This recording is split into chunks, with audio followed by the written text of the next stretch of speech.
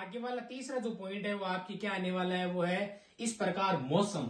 यानी कि आप पॉइंटों पे ध्यान रखिए कि जो मौसम होते हैं, सर्दी गर्मी, यानी कि विंटर, है ना, आता है, विंटर आता है। और इसमें आगे जो पॉइंट रहता है वो सप्ताह के नाम। मौसम, सप्ताह यानी संडे मंडे, ये तो आपको पता ही है, संडे मंडे जो आए। प्रातः यानी प्रातः यानी सुबह, शाम यानी कि शाम, ठीक है। ये जो शब्द आते हैं ना, इनके लिए इनका प्रयोग करते हैं। इन से पहले, इन सभी से पहले आप इन लगाए, क्या लगाए, इन लगाए, या इनका यूज करें।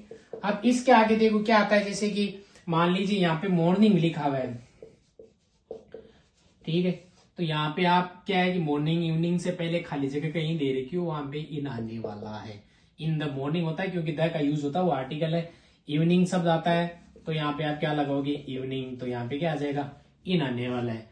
और मौसम यानी यहाँ विंटर लिख दिया मैंने, विंटर लिख दिया, सर्दी, तो यहाँ पे क्या आने वाला है, इन आने वाला है।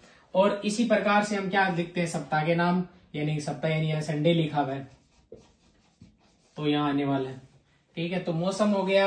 और प्रातः शाम, लेकिन नाइट शब्द आए, ये एकदम इंपॉर्टेंट है कि नाइट और नून शब्द आए तो अब आप क्या लगाने हैं, तो यहाँ पे आप एट का प्रयोग करें। एट प्रीपोजिशन भाई एक अपवाद है इसके तौर पे, आप इसको ध्यान में रखिए। वो एट में आने वाला नून और नाइट शब्द में एट लगाना है। आगे जो इसका पॉइंट है, वो चौथा जो पॉइंट है वो क्या रहता है, उसमें आप एकदम इंपॉर्टेंट है कि देशों, बड़े शहरों, यानी देशों, बड़े शहरों, छोटे नहीं बड़े, छोटों के लिए एट का प्रयोग होता है, शहरों, बड़े शहरों।